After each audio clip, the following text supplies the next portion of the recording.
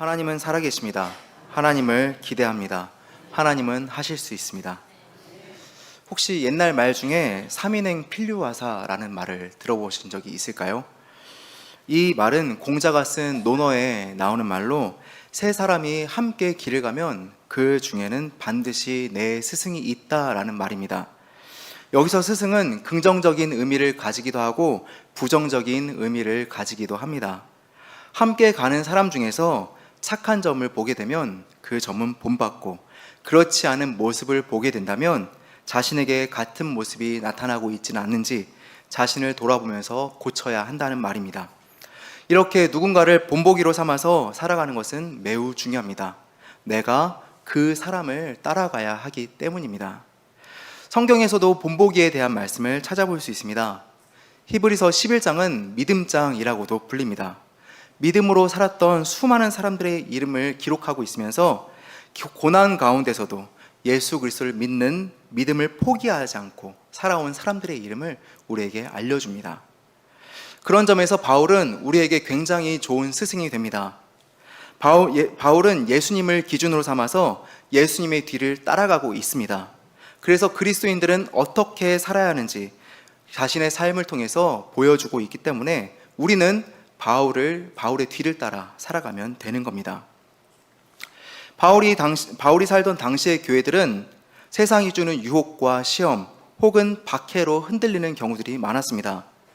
예수 그리스도를 믿는 것은 당시 로마에서 출세할 수 있는 경로인 군대나 정치적으로 진출하는 것을 포기한다라는 것과 같았습니다. 왜냐하면 거기에 진출하기 위해서는 로마 황제를 신으로 인정하고 받아들였어야 했는데 그리스도인들은 그럴 수 없었기 때문입니다. 또 이 일로 인해서 경제적인 불이익을 당하는 것도 당연했습니다.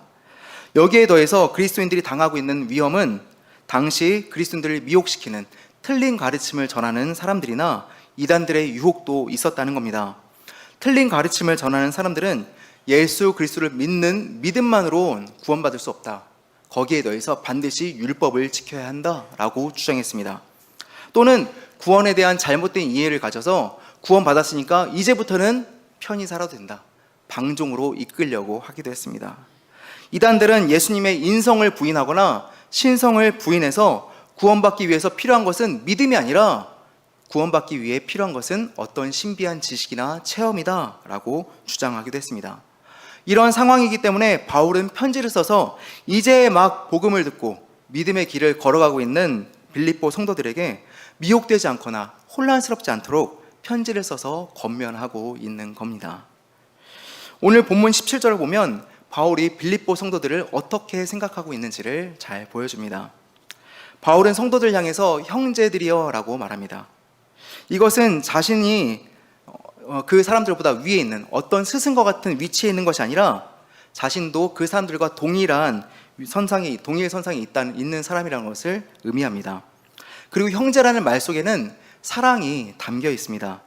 자신이 복음을 전해서 이들이 그리스도인이 되었고 또 어려움이 있지만 그 믿음을 포기하지 않고 계속해서 믿음의 길을 걸어가고 있는 것을 누구보다 바울이 잘 알고 있기 때문에 사랑하고 있는 겁니다. 그래서 바울이 그 사랑하는 성도들에게 무엇을 권면하고 있을까요? 복음을 등지고 세상을 향해 가거나 다른 가르침에 흔들리지 않도록 바울은 세 가지의 권면을 주고 있습니다. 먼저 바울이 첫 번째로 권면하는 것은 자신을 본받으라 라는 겁니다. 성도들에게 필요한 것은 복음이고 삶의 기준이 되는 것도 복음입니다. 그런데 이렇게 복음을 듣고 내가 예수님처럼 살아봐야겠다 라고 결단했을 때 한 가지 문제가 생깁니다. 어떤 문제냐면 예수님처럼 살 수 있는 것은 오직 예수님밖에 없다라는 사실을 깨닫게 되는 겁니다. 누구도 예수님처럼 살 수 없다는 것을 깨닫고 좌절하게 될 때 바울은 자신을 본받으라 라고 말하는 겁니다. 예수님처럼 사는 것은 불가능해 보여도 예수님의 십자가의 그 등 뒤에 딱 달라붙어서 자신을 따라서 사는 것은 가능한 일이기 때문에 그렇습니다. 그래서 바울은 자신이 원래 어떤 사람이었는지 빌립보서 3장 말씀을 통해서 말씀하고 있습니다. 빌립보서 3장 4절부터 6절을 보면 바울은 어떤 사람이었는지 말씀하고 있는데 4절부터 6절 말씀 읽겠습니다. 그러나 나도 육체를 신뢰할 만하며 만일 누구든지 다른 이가 육체를 신뢰할 것이 있는 줄로 생각하면 나는 더욱 그러하리니 나는 8일 만에 할례를 받고 이스라엘 족속이요 베냐민 지파요 히브리인 중에 히브리인이요 율법으로는 바리새인이요 열심으로는 교회를 박해하고 율법의 의로는 흠이 없는 자라라고 말씀하고 있습니다. 바울은 육체를 신뢰할 수 있는 사람이었습니다. 여기서 육체를 신뢰한다는 말의 뜻은 자신을 자랑할 만한 자격과 조건이 충분하다라는 것을 의미합니다. 바울은 율법에서 명령하는 대로 8일 만에 할례를 받았다고 말씀합니다. 이것은 태어나면서부터 자신이 율법을 지켰다라는 것을 말하는 겁니다. 그리고 이스라엘 족속이고 베냐민 지파고 히브리인 중에 히브리인이다라고 말하는 것은 흠잡을 곳 없는 바울의 출신 성분을 보여주고 있습니다. 또 율법으로는 바리새인이요 열심으로는 교회를 박해하던 사람이었기 때문에 어떻게 했을까요? 스데반 집사가 죽임을 당할 때 그가 죽임당하는 것을 마땅히 여겼던 사람이고 또 예루살렘에서 멀리 떨어진 다메섹에 그리스도인이 있다는 사실을 듣고 그 소식을 듣고 잡으러 가기도 했던 사람이었습니다. 율법의 의로는 흠이 없는 자라라고 말하는데 이것은 세상에 있는 그 어떤 누구도 바울을 향해서 율법을 지키지 않았습니다 라고 손가락질할 수 없다라는 것을 의미합니다. 이렇게 바울은 자신이 생각하는 대로 율법을 최상의 것으로 생각하고 지키며 살았습니다. 그런데 이랬던 바울에게 반전이 일어나게 됩니다. 이렇게 자랑할 만한 조건을 가지고 있었고 율법을 지키며 살았던 바울인데 그 모든 것을 배설물처럼 여기게 되었다라고 고백하고 있는 것입니다. 바울이 이렇게 완전히 바뀌게 된 계기는 다메섹에 있는 그리스도인들을 잡으러 가는 그 길 위에서 일어났습니다. 그 길 위에서 예수 그리스도를 만나게 되었기 때문입니다. 이 일은 바울의 인생을 완전히 뒤집어 놓는 사건이 되었습니다. 예수님을 만난 후로 바울은 어떻게 변했을까요? 자신을 구원하신 예수님을 만나면서 그리스도를 위해서 자신에게 유익하던 그 모든 것을 해로운 것으로 여기게 되었습니다. 바울이 자랑하던 조건과 자격이 해로운 것들로 변한 이유는 바울에게 그리스도를 아는 지식이 가장 고귀하고 가치 있는 지식이 되었기 때문에 그렇습니다. 그리스도를 아는 것에는 바울의 자격과 조건이 전혀 필요하지 않습니다. 상관도 없습니다. 오히려 자신이 가진 자격이 예수님을 만나는데 방해가 되는 것을 바울이 경험하게 된 것입니다. 예수님 앞에 섰을 때 바울이 이렇게 주장했다고 생각해 봅시다. 저는 예수님이 필요 없습니다. 저는 이미 이러한 자격이 있어서 충분한 것 같습니다. 그래서 저는 제 힘으로도 율법을 지키면서 구원을 받을 수 있을 것 같습니다. 그래서 저는 예수님이 필요 없습니다. 이렇게 말했다고 생각하면 어떨까요? 그렇기에 바울은 자신이 가진 조건이나 자격을 모두 다 자신에게 해로운 것으로 여긴다라고 말하고 있는 겁니다. 그리고 그 모든 것을 포기하고서라도 얻기를 원하는 것은 무엇입니까? 그리스도를 얻기를 원한다라고 말하고 있는 겁니다. 바울이 과연 말로만 네 모든 것을 배설물처럼 여긴다라고 말하면서 뒤로는 실제로는 자기의 그 모든 조건과 자격을 누리며 살았을까요? 아니요, 그렇지 않습니다. 바울은 아는 것을 그대로 실천하며 살았던 사람입니다. 바울이 복음을 전하면서 겪었던 어려움에 대해서 고린도후서 11장에선 상세하게 알려주고 있습니다. 거기를 보면 바울은 복음을 전하다가 때로는 생명의 위협을 당하기도 하고 때로는 감옥에 갇히기도 하고 때로는 매를 많이 맞기도 했습니다. 그럼에도 불구하고 바울은 복음을 포기하지 않고 복음을 위해 살았습니다. 그렇게 살 수 있었던 이유는 진정으로 자신을 구원하는 것이 복음이라는 것을 깨닫게 되었기 때문이고 또 주님께서 자신에게 복음을 전하라는 사명을 주셨기 때문입니다. 그렇게 바울은 계속해서 복음을 위해 살아갈 수 있었습니다. 바울은 아직도 그 표대를 향해 달려가고 있습니다. 바울은 아직 구원을 이루지 못했다라고 말씀합니다. 표대를 향해 달려가면서 바울은 자신이 과거에 이루었던 자신의 업적들을 자랑으로 삼는 것이 아니라 아예 잊어버렸고 또 미래에 하나님께서 우리에게 드러내실 것을 기대하면서 지금도 주님께서 우리에게 약속하신 부름의 상을 향해서 달려가고 있다고 말하고 있는 겁니다. 바울은 이렇게 표대를 향해 달려가고 있는 자신을 본받으라고 말씀합니다. 오해하면 안 됩니다. 어떤 것을 오해하면 안 되냐면, 바울이 당했던 고난을, 바울을 만약에 우리가 본받게 된다면 바울이 당했던 그 고난과 어려움을 본받아야 되는 것인가? 이것이 아닙니다. 바울이 자신을 본받으라 라고 말하는 것은 그리스도를 위해서 모든 것을 버리고 그리스도를 본받아 살아가는 삶의 방식과 태도를 본받으라는 겁니다. 자신이 완벽하니까 완벽한 자신을 본받아라 라고 말하는 것이 아니라, 아직 완전하지 않아도 계속해서 표대를 향해 달려가고 있는 그 삶을 본받아라 라고 말하는 겁니다. 바울이 하는 말을 쉽게 다시 한번 말씀드리면, 내가 예수 그리스도 뒤에 딱 달라붙어서 가고 있으니까 형제들은 나만 보고 내 뒤만 따라오면 됩니다 라고 말하고 있는 겁니다. 그런데 이렇게 바울이 자신을 본받으라 라고 말하는 것을 듣게 되면 우리 마음속에는 다른 생각들이 조금씩 생겨나기 시작합니다. 어떤 생각이냐면, 굳이 바울이 말하는 것처럼 바울의 그 삶의 방식과 태도를 본받으면서 살아야 하는가? 아니, 내가 내 식대로 살아가는 게 더 좋을 것 같은데? 조금 이렇게 바꿔도 괜찮을 것 같은데? 이런 생각들을 하게 되는 겁니다. 그런데 이런 생각대로 살아가서 바울의 본을, 바울이 먼저 따라간 그 길을 따라가지 않게 되면 우리에게는 두 가지 어려움이 생기게 됩니다. 첫 번째는 시행착오를 겪게 되는 겁니다. 바울의 본을 따르면 바울이 겪었던 것과 같은 어려움을 겪지 않게 됩니다. 우리는 이것을 부모와 자녀의 관계에서 볼 수 있습니다.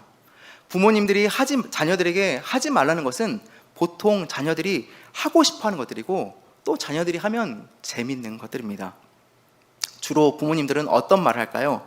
게임하지 마라, 밤 늦게까지 놀지 마라, 많이 먹지 마라, 뭐 이런 얘기들을 종종 하게 됩니다. 반대로 부모님들이 하라는 것은 자녀들의 입장에서는 하기 싫은 것들입니다. 어떤 말을 합니까? 공부해라, 방 좀 정리 좀 해라, 일찍 좀 일어나라 같은 말들입니다. 이런 말을 하면서 꼭 뒤에 붙이는 말이 있습니다. 나 좋으라고 이렇게 말하니? 다 너를 위해서 이렇게 말하는 거야 라고 말하는 거죠. 그때는 몰랐는데 제가 부모가 되니까 저도 아이들에게 똑같은 말을 하고 있습니다. 이제 생각해보니 그 말이 다 맞습니다. 부모님들이 이런 말을 하면 자녀들이 싫어하는 걸 알면서도 왜 이렇게 똑같이 말을 하는 이유는 부모님들이 이미 겪었기 때문에 그렇습니다. 그래서 자녀들에게 진정으로 필요한 것이 무엇인지 누구보다 잘 알고 있기 때문에 그 말을 반복해서 하게 되는 겁니다. 마찬가지로 바울도 자신이 예수님을 믿기 전에 어떤 사람이었는지를 알고 있었기 때문에 성도들에게 육신을 의지하지 말라고 말하는 겁니다. 자신이 자랑하는 것들이 얼마나 배설물과 같았는지, 정말 가치 있는 것이 무엇인지를 깨닫고 지금은 복음을 향해서 달려가고 있는 인생이기 때문에 자신을 본받으라 라고 말하고 있는 겁니다. 이런 어려움을 겪게 되고, 또 우리가 바울의 본보기를 따르지 않았을 때 겪게 되는 두 번째 어려움이 있습니다. 어떤 거냐면, 바울을 본받지 않게 되면 우리는 틀린 길로, 다른 길이 아닙니다, 틀린 길로 나아가게 된다는 겁니다. 바울이 보여주는 본보기는 일종의 모범적인 경로입니다. 바울은 오직 예수 그리스도 뒤에 딱 달라붙어서 예수 그리스도만 바라보면서 달려가고 있습니다. 이 모습은 마치 내비게이션이 추천하는 경로와 같습니다. 처음에 우리는 내비게이션의 말을 잘 듣고 그대로 따라가면서 운전합니다. 그런데 운전이 조금 익숙해지거나 혹은 내가 이 길에 조금 더 익숙해지면 어떤 생각을 하게 될까요? 이 길이 좀 더 빠른 것 같은데, 그래서 이 길로 돌아가다가 또 막히고 이 길로 갔는데 길이 없어지거나 이런 일들을 겪게 되는 겁니다. 그래서 결과는 결국 내비게이션이 추천하는 경로가 가장 빠르다는 걸 알게 됩니다. 바울의 본보기를 거부했을 때, 그리고 내 마음대로 살기로 했을 때 문제점은 뭐냐면 완전히 틀린 길로 빠질 수 있다는 겁니다. 나는 괜찮겠지라는 생각으로 기준에서 살짝 벗어나면 그 뒤로는 다 틀린 길을 가게 됩니다. 생각해 보세요. 예수 그리스도 뒤에서 바울이 딱 달라붙어 가고 있고, 바울은 자신을 본받아서 내 뒤에 딱 달라붙어 있으세요, 내가 간 길을 그대로 따라오세요 라고 했는데, 내가 요 정도는 빠져도 되겠지 이렇게 생각하면 나를 보고 본받는 또 다른 사람들은 요 정도로 빠져도 되겠지, 이 정도로 빠져도 되겠지. 줄이 이렇게 곧게 가는 것이 아니라 흐트러진 길로 가게 되는 겁니다. 그래서 여기서 당하게 되는 더 큰 어려움은 뭐냐면 예수 그리스도를 믿는 믿음으로 사는 것이 아니라, 그 믿음으로 구원을 받는 것이 아니라 율법을 지켜야 한다는 이단에 빠지게 되거나, 아니면 구원을 받기 위해서 신비한 지식이 필요하다라고 주장하는 다른 이단들에 빠지게 되는 위험이 더 커지게 된다는 겁니다. 바울은 그래서 자신을 본받으라 라고 말하고 있는 겁니다. 그런데 우리는 여기서 바울이 보여주는 본보기와 또 다른 본보기를 보게 됩니다. 바울은 자신이 다른 길로 가다가 완전히 틀린 길로 빠지는 것을 18절에서 십자가의 원수로 행한다라고 말씀하고 있습니다. 이 십자가의 원수들의 정체가 무엇인지 바울은 정확하게 구체적으로 밝히지는 않습니다. 이 사람들이 유대 율법주의자들인지 아니면 이단들인지 우상 숭배자들인지는 확실하지 않습니다. 바울이 이 사람들에 대해서 구체적으로 기록하지 않은 이유는, 만약에 이렇게 썼다고 생각해 봅시다. 바울이 이 사람들을 향해서 이 사람들은 십자가의 원수로 방탕한 삶을 사는 사람들입니다. 또는 율법을 지켜야 한다고 주장하는 사람들입니다. 혹은 예수 그리스도의 부활을 부인하고 인정하지 않는 사람들입니다. 라고 세세하게 구체적으로 콕 집어서 이야기를 했다면, 이 글을 읽는 사람의 입장에서는 나는 이렇게 방탕한 삶을 살지 않으니까 괜찮아. 나는 예수님의 부활은 믿으니까 나는 괜찮아.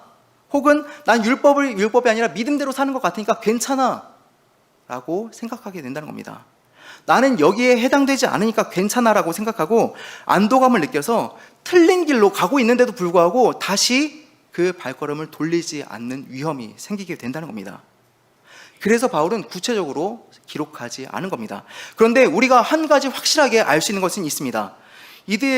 정말 이 십자가의 원수로 행하는 사람들은 어떤 사람들이냐면, 예수 그리스도께서 십자가 위에서 죽으시고 부활하셨다는 것을 부인하는 원수들이라는 것과, 구원은 오직 예수 그리스도를 통해서만 온다고 말하는 바울의 복음을 반대하고 거부한 사람들이라는 겁니다. 그래서 바울은 이런 사람들의 특징에 대해서 이제 19절에서 말씀하고 있습니다. 19절 말씀은 이렇습니다. 그들의 마침은 멸망이요 그들의 신은 배요 그 영광은 그들의 부끄러움에 있고 땅의 일을 생각하는 자라라고 말씀하고 있습니다. 이 말씀을 공동 번역에서는 이렇게 번역합니다. 그들의 최후는 멸망뿐입니다. 그들은 자기네 뱃속을 하나님으로 삼고 자기네 수치를 오히려 자랑으로 생각하며 세상 일에만 마음을 쓰는 자들입니다 라고 번역합니다. 우리를 구원하고 생명을 주는 십자가를 이들은 거부합니다. 그래서 맞이하게 되는 최후가 무엇일까요? 멸망입니다. 또 이들의 신은 배다 라고 말씀하는데, 여기서 신은 이들에게는 하나님을 의미합니다. 배는 헬라어로 코이리아라고 단어를 사용하는데, 이는 인간이 가진 육체적 욕망과 이익, 쾌락을 의미합니다. 그래서 이들에게는 자신의 배를 채워주는 것이 무엇이다? 하나님이다 라고 말하는 겁니다. 그래서 하나님을 따라 사는 삶이 아니라 자신의 육체와 또 정욕의 탐심에 이끌려 사는 사람들인 겁니다. 그리고 그 영광은 그들의 부끄러움에 있고 라고 말씀하고 있는데, 이 말씀은 그 사람들은 얼마든지 겉으로는 거룩해 보일 수 있지만 실제로는 부끄러운 일, 하나님 앞에서 수치스러운 일들을 자랑스럽게 여기는 태도를 의미합니다. 우리가 이것을 어디서 볼 수 있냐면, 종종 드라마나 영화에서 수감 중에 있는 사람들을 보여줄 때가 있습니다. 그러면 그 사람들이 주로 그 안에서 자랑하는 건 뭘까요? 이 사람은 소매치기 하다 온 사람입니다. 그럼 무시하고, 이 사람은 좀 도둑하던 사람입니다. 이런 무시하고, 이 사람들은 좀 더 험악한 일을 하다 온 사람입니다. 그러면 그 안에서 대우해주고, 이런 것들을 보게 됩니다. 혹은 세상에서 자기가 법을 지키지 않고 편법으로 어떤 것들을 얻게 되었을 때 오히려 그것들을 부끄러워하는 것이 아니라 자랑하는 장면들을 종종 보게 됩니다. 이렇게 그 영광은 그들의 부끄러움에 있고라는 말은 정말 부끄러운 일이지만 오히려 그것을 자랑처럼 자기의 영광으로 삼는 사람들을 말을 하는 겁니다. 그래서 이 말씀을 정리하면, 십자가의 원수들의 특징은 자신들을 진정으로 구원할 수 있는 그 십자가를 버리고 굳이 멸망의 길로 들어가는 사람들, 또 자신의 욕망을 하나님처럼 생각하면서 자신의 배를 부르게 하는 것들만 추구하고, 그로 인해 분명히 잘못되고 수치스러운 일들인데 그 잘못에서 돌아서는 것이 아니라 그것들을 자신들의 영광으로 삼고 오히려 그것들을 추구하는 사람들이다 라고 말하는 겁니다. 이렇게 십자가의 원수들을 말한 이후에 바울은 두 번째 권면을 시작합니다. 20절 말씀을 보면 바울은 그러나 라는 단어로 말씀을 시작합니다. 그래서 무엇을 말씀하냐면 하늘의 시민권이 있음을 기억해라 라고 권면하고 있습니다. 우리의 정체성을 하늘의 시민권을 가진 사람들로 정의하고 있는 겁니다. 십자가의 원수들과 또 바울이 말하는 하늘의 시민권을 가진 사람들은 분명히 다릅니다. 바울은 빌립보 성도들에게 익숙한 그 시민권을 예로 들어서 설명하고 있습니다. 빌립보는 로마의 퇴역 군인들이 정착할 때 의도를 가지고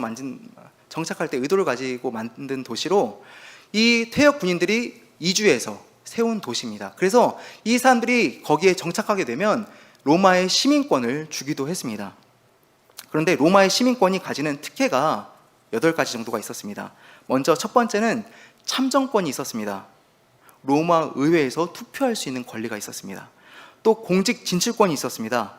정치나 행정직에 출마할 수 있거나 또 임명될 수 있는 권리가 있었습니다. 세 번째로 법적인 권리가 있었습니다. 기소당했을 때 정식 재판을 받을 권리가 있었고 판결에 불복했을 때 로마 황제에게 직접 항소할 수 있었습니다. 그래서 바울이 로마 황제에게 항소하기도 했습니다. 형벌을 받을 때도 고문이나 채찍질, 십자가에 달리는 것과 같은 잔혹한 형벌로부터는 보호받았으며 반역죄가 아닌 한 사형도 면제되었습니다. 네 번째로 계약을 체결하고 자산을 소유할 수 있는 재산권이 있었고, 다섯 번째로 로마 시민과의 합법적인 결혼을 통해서 가족을 구성하고 자녀들에게 시민권을 세습할 수 있는 합법적인 결혼권으로 가지고 있었습니다. 로마의 다른 도시로 이주하더라도 시민권을 유지할 수 있는 이주권이 있었고, 일곱 번째로 면세 및 지방법규 처벌 면책과 또 여덟 번째로 사회적, 상징적 특권으로 로마 시민권은 명예와 또 사회적 신분의 상징이었으며 시민권자는 로마 제국 내에서 굉장히 존경받으며 특권을 가지고 있었다라고 이야기합니다. 그래서 로마 시민권을 받게 되면 자신들은 이제 평탄한 삶을 살게 될 것을 보장받으며 살 수 있었던 겁니다.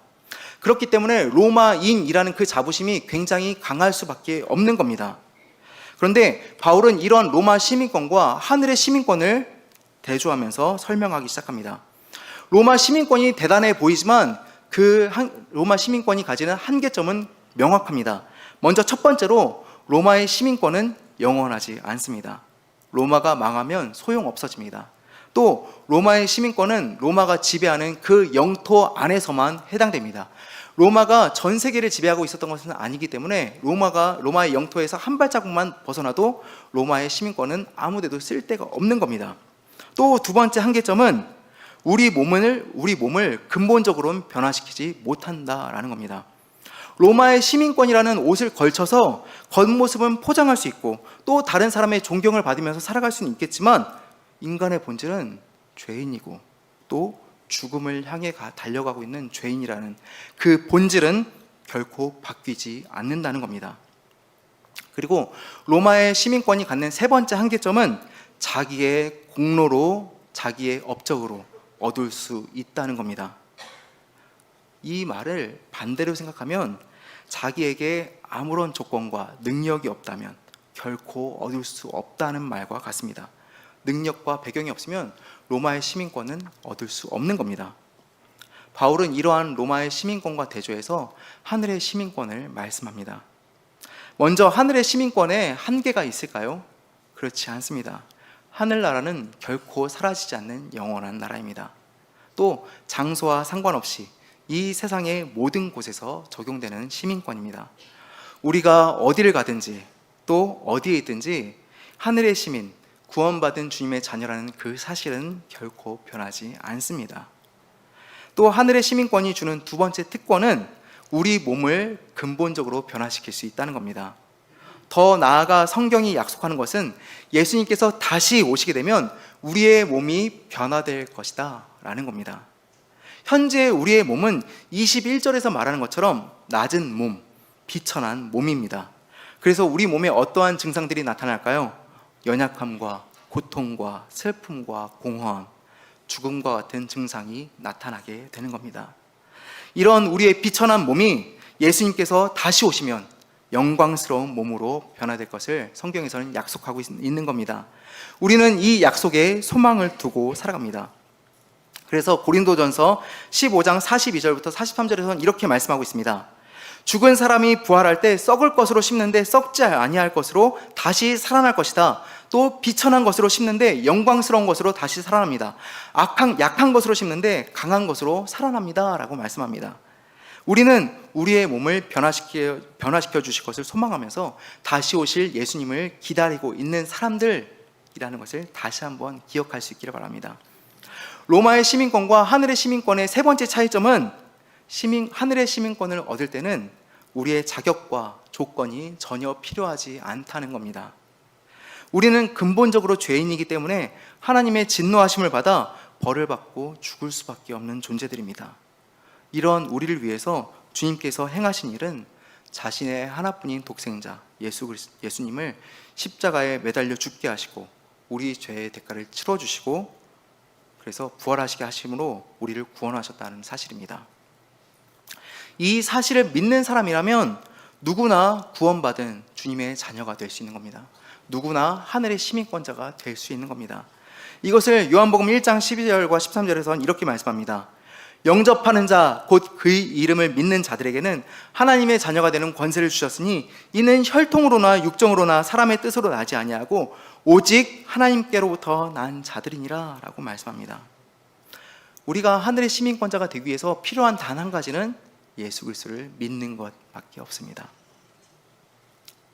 이렇게 세 가지 차이점이 있다면 또 네 번째 특권이 있습니다. 하늘의 시민권이 주는 네 번째 특권은 주님께서 주시는 은혜를 지금 여기서 누릴 수 있다는 겁니다. 신약에서 은혜를 정의할 때 이렇게 정의합니다. 받을 자격이 없는 자들에게 주어지는 것.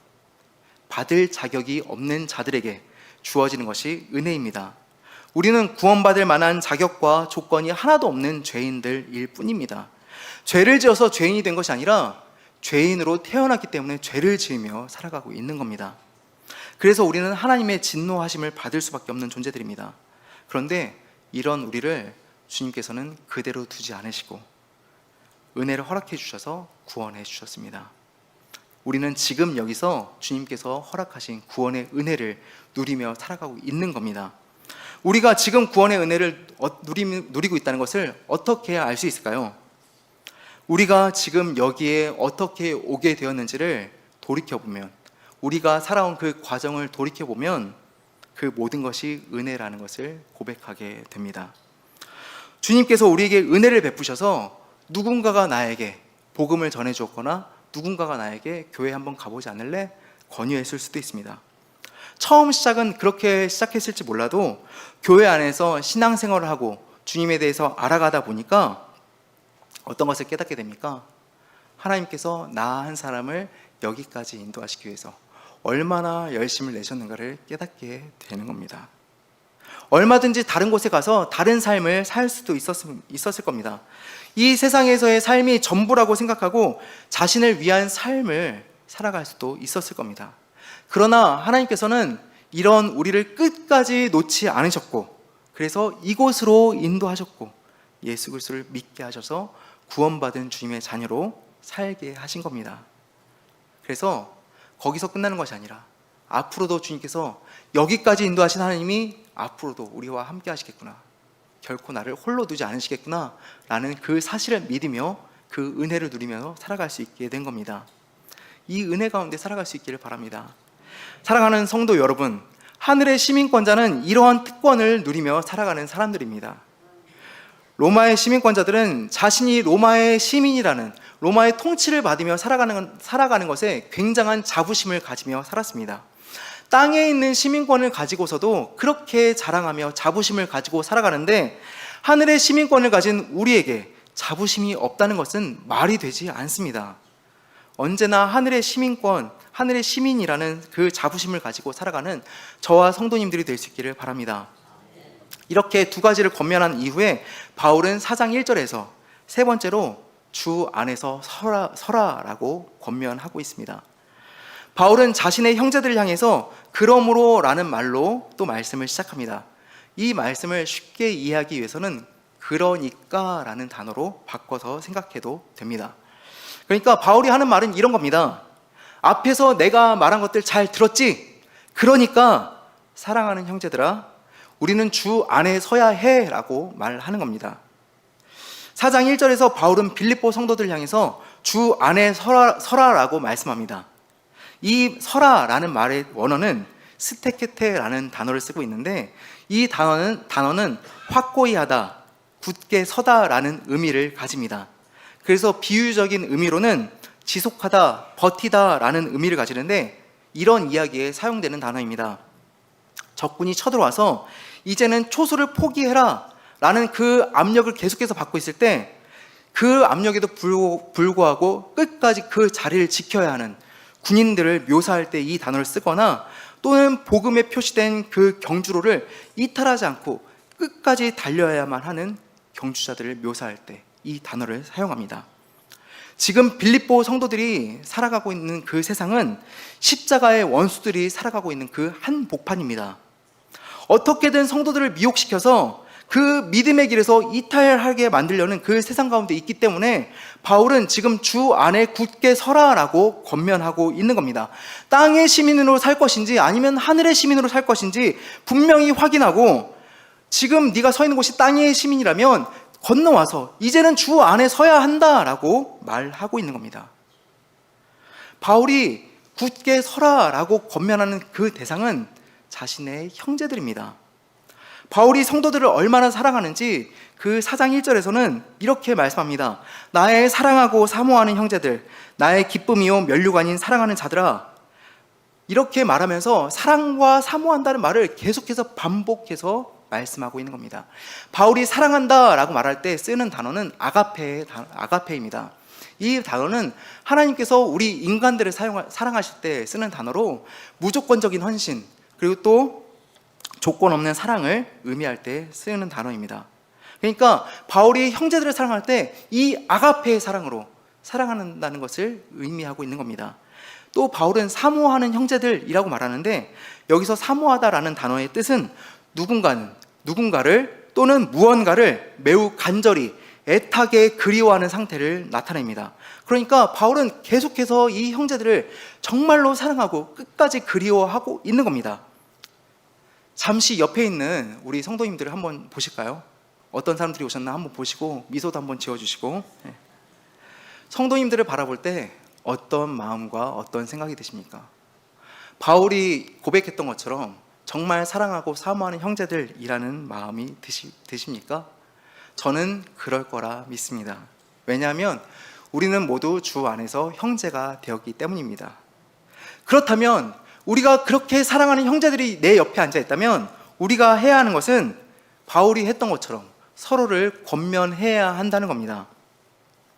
먼저 우리는 서로에게, 내가 예수님의 뒤를 따르는 바울의 뒤를 따르고 있으니까 형제는 나만 따라오면 됩니다 라고 권면할 수 있어야 합니다. 예수님의 뒤를 따라가는 그 바울의 뒤를 내가 바짝 뒤쫓고 있습니다. 내가 뒤따라가고 있습니다. 그러니까 형제들은 염려하지 말고 걱정하지 말고 나의 뒤를 따라오세요 라고 권면할 수 있어야 하는 겁니다. 두 번째로, 이렇게 뒤를 따르면서 자꾸만 땅의 것들이 눈에 들어올 때, 그래서 유혹에 흔들리려고 한다면 우리는 서로에게 흔들리지 마십시오. 우리에게는 영원한 시민권이 있습니다. 우리에게 영원하고 또 은혜를 주는 그 하늘의 시민권이 있음을 기억하시고 여기에 서십시오 라고 권면할 수 있어야 하는 겁니다. 또 세 번째로, 바울이 그랬던 것처럼 주 안에 서라 라고 권면할 수 있어야 합니다. 우리가 지금 살아가고 있는 현재는 그 당시에 성도들이 살았던 세상과 별반 다르지 않습니다.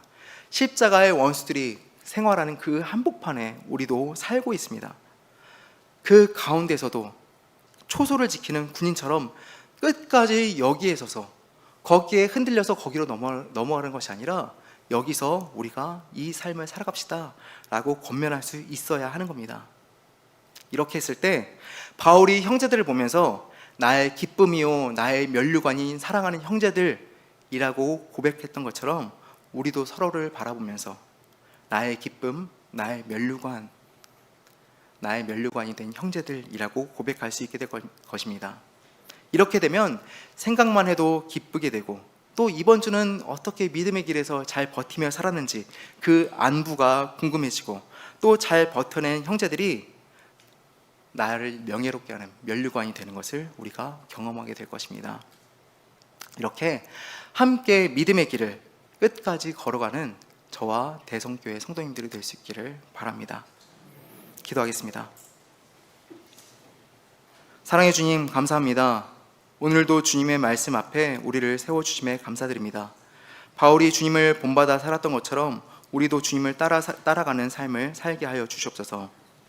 우리도 세상의 자랑과 육신의 욕심을 내려놓고 주님만을 자랑하며 살게 하시고, 십자가의 원수로 살아가는 이들이 세상에 많으나 우리가 하늘의 시민권을 가진 사람들임을 기억하게 하시고, 영원하고 변하지 않는 주님의 나라를 소망하며 주님이 주시는 은혜와 특권을 오늘 이 자리에서 누리게 하여 주시옵소서.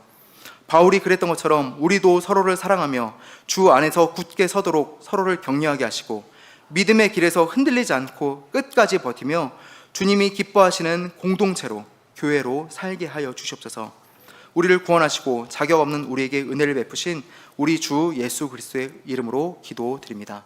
아멘.